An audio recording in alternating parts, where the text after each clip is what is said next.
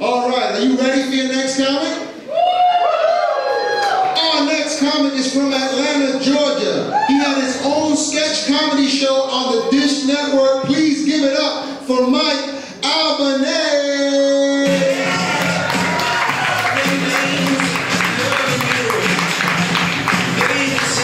What's going on, Charlotte? That was half-assed. You guys are all tired of shit? Everyone's drunk already? That's good. This is my first time in Charlotte, ever. I'll get to it later yourself. I normally go through the airport, and this is my first time actually being in the city, so I'm happy. I'm staying at a hotel up the street, and you know how hotels have like all those cards? It's like, oh, this is what you can do, here's all the tourist stuff. You know the town is a little bit uneasy, because in my hotel said, welcome to Charlotte, have you been to Wilmington? I was like, wait a minute, I don't know if that's necessarily a little more pride. Hotel, wherever the fuck I'm staying. I was in New Haven, Connecticut this weekend. Really? How long have you lived here? 10 years. Shut the fuck up. You're like 20, so you're 40. Well, you're black, so you're 20. It doesn't matter.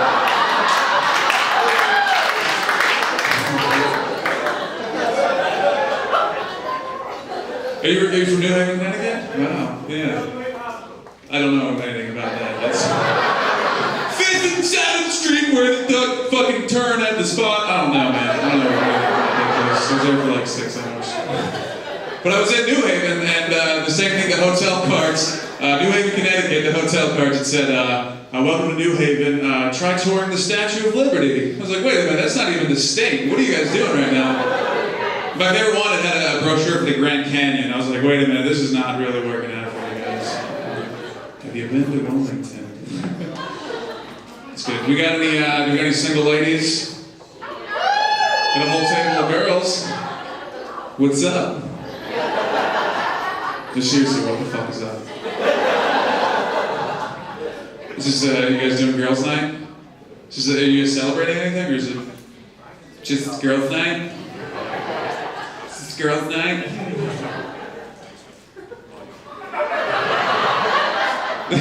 There's only one group of people I hate in the world, and surprisingly it's not black people, based on how we just interacted.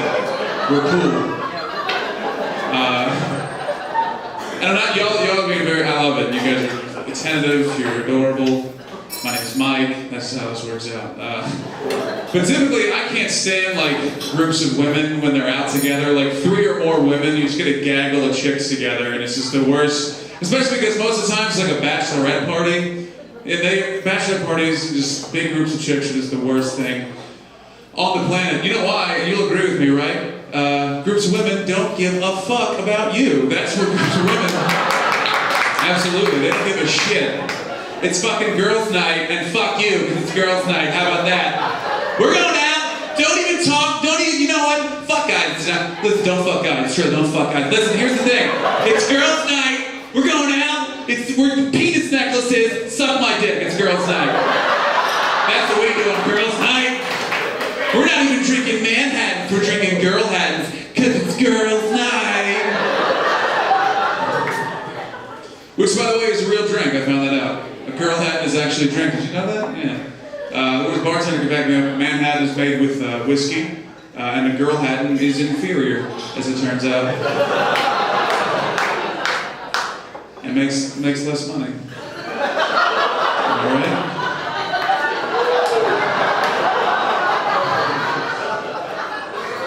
That joke is called "I'm not getting laid tonight." That's what I call that joke. Or did you like it? Or no?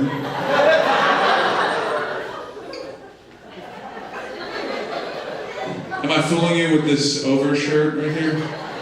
I'm just hiding these like titties that are growing in my back right here.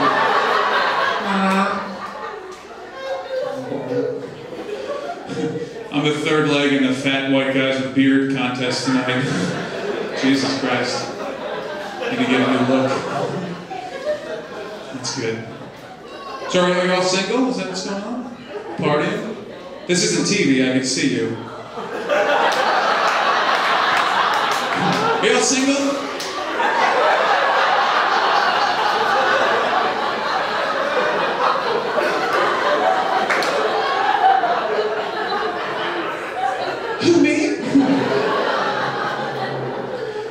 regular chick in my life. I asked some questions and they were on. It's good. So one of you is single? Just you. What's up?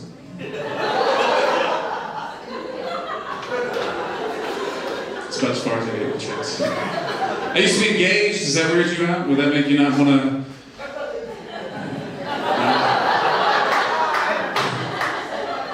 I did. I was engaged. I was with a girl for 7 years. We just recently broke up in 2001, and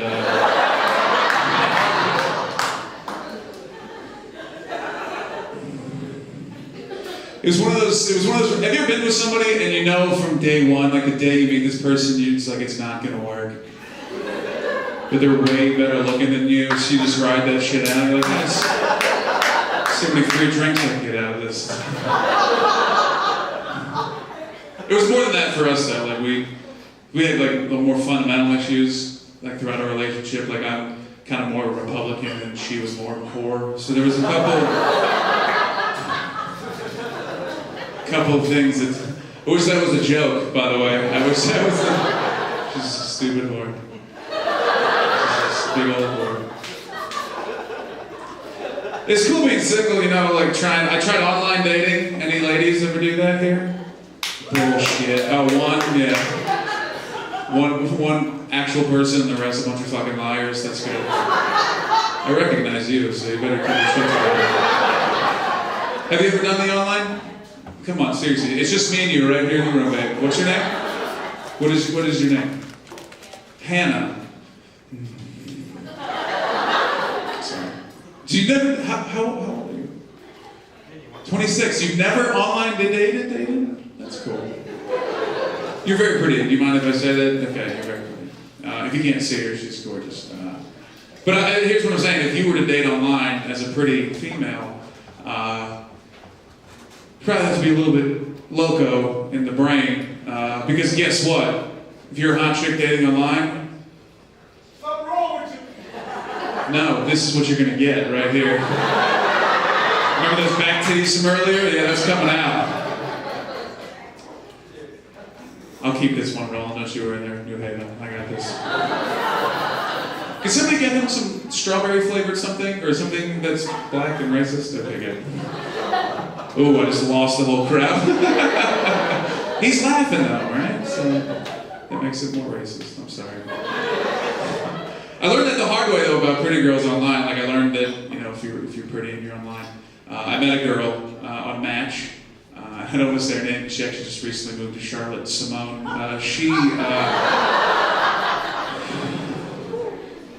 Here's what happened. We went out for coffee. First meet, you know, something casual, low-key. It was still daylight, so she could run if she had to. But it was awesome. She was adorable. So we went for dinner afterwards. Then we had drinks. We closed the bar down. It was great. And so I walked her to her car like a gentleman, and we had that first kiss moment. Are you all together? Do you remember the first? Who the fuck were you talking about then? Are you all together? Yes. Well, he's not here. Right, okay. So you remember the first time you kiss somebody, you get the butterflies in your stomach, you know, and the music starts to play slowly in the background. Not a singer.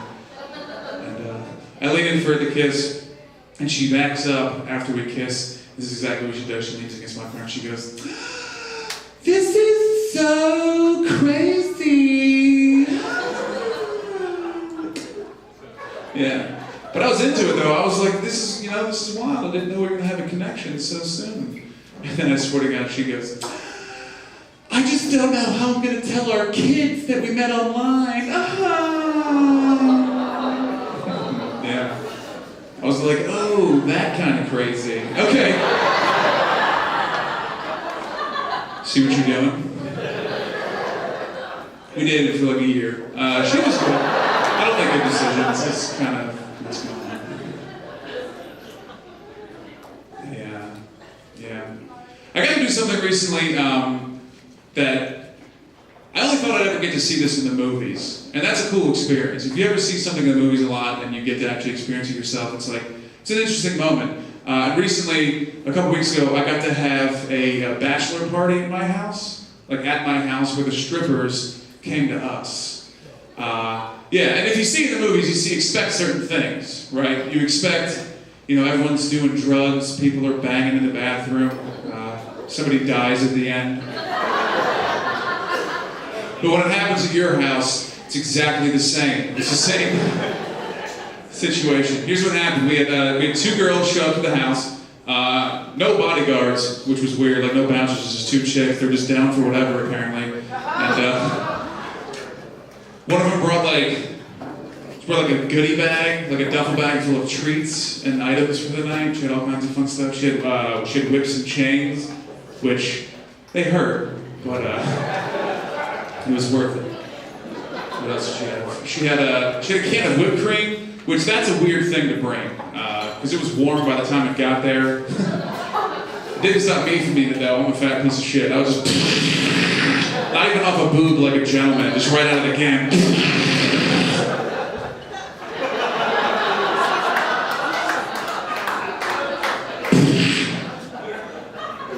What else did she have there?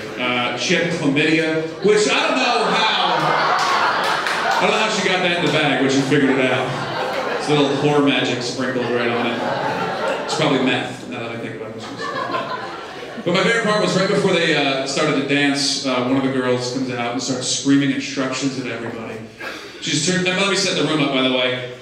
We had pushed all the furniture back against the walls in my apartment to make like a dance floor. And for some reason we put tarps down. Like I don't know what we were expecting to happen, but we were ready for it. Someone was gonna die or give birth. We were down for whatever. And one of the girls comes out and starts screaming instructions, turns the music all the way down, starts yelling at everybody. She's like, "Alright, listen up! It's time for the rules. If there are rules, then strippers are at your house. It's time for the rules." And for the record, she didn't sound like a gay dude. I just don't do impressions. She wasn't a tranny. I checked. She wasn't a tranny. She goes, "Listen up! Rule number 1. There will be absolutely no cameras. Those are the rules." I was like, "Those are the rules?" First of all, grammatically incorrect.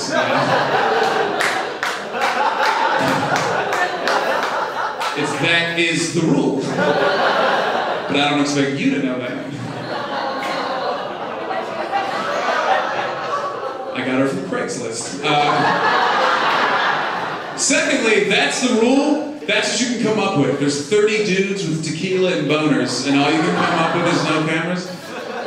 Not going to be a problem. Because I didn't want to film myself murdering you. So that was good. Hopefully everyone's drinking, having a good time.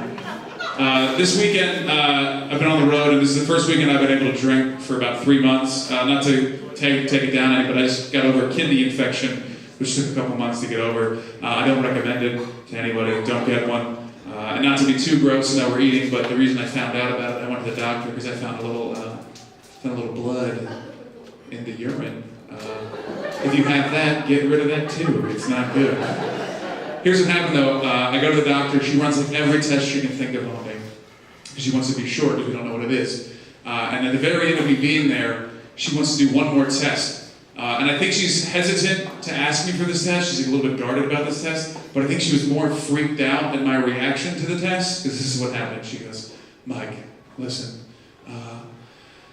I know you're only 29 and you probably shouldn't have to hear about this test until you're in your 50s or 60s. But if it's okay with you, I'd like to do a prostate exam. Now I know there's a lot of things. Why are you taking your pants off already? Why are they all the way off on the floor? Why are you on your stomach? Can we get a nurse in here? Somebody, what the fuck is he doing? Somebody big who looks like he weighs a lot." I was like, "Whatever, doc, what are we gonna do?" And for the record, my doctor, she's a young Asian female, which is exactly like I've been practicing my whole life for this one moment.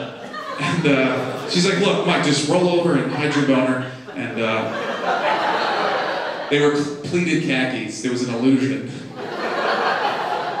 It was a boner. It was funny. So she's rolling me over on this chair, and as uncomfortable as I look now, it was way worse when I had my pants off, so you're lucky. Right before she does the test, she goes, "Oh, hold on a second." She reaches behind herself and hands me a full box of tissues. I was like, "What are those for? Why? Why are you doing that? What is that?" She said without hesitation, "Oh, just in case." In case of what? What is about to happen that I need a full, oh shit. I might come. Like that might happen. Because that's a side effect of prostate exams, is ejaculation. That's a real thing, right, sir?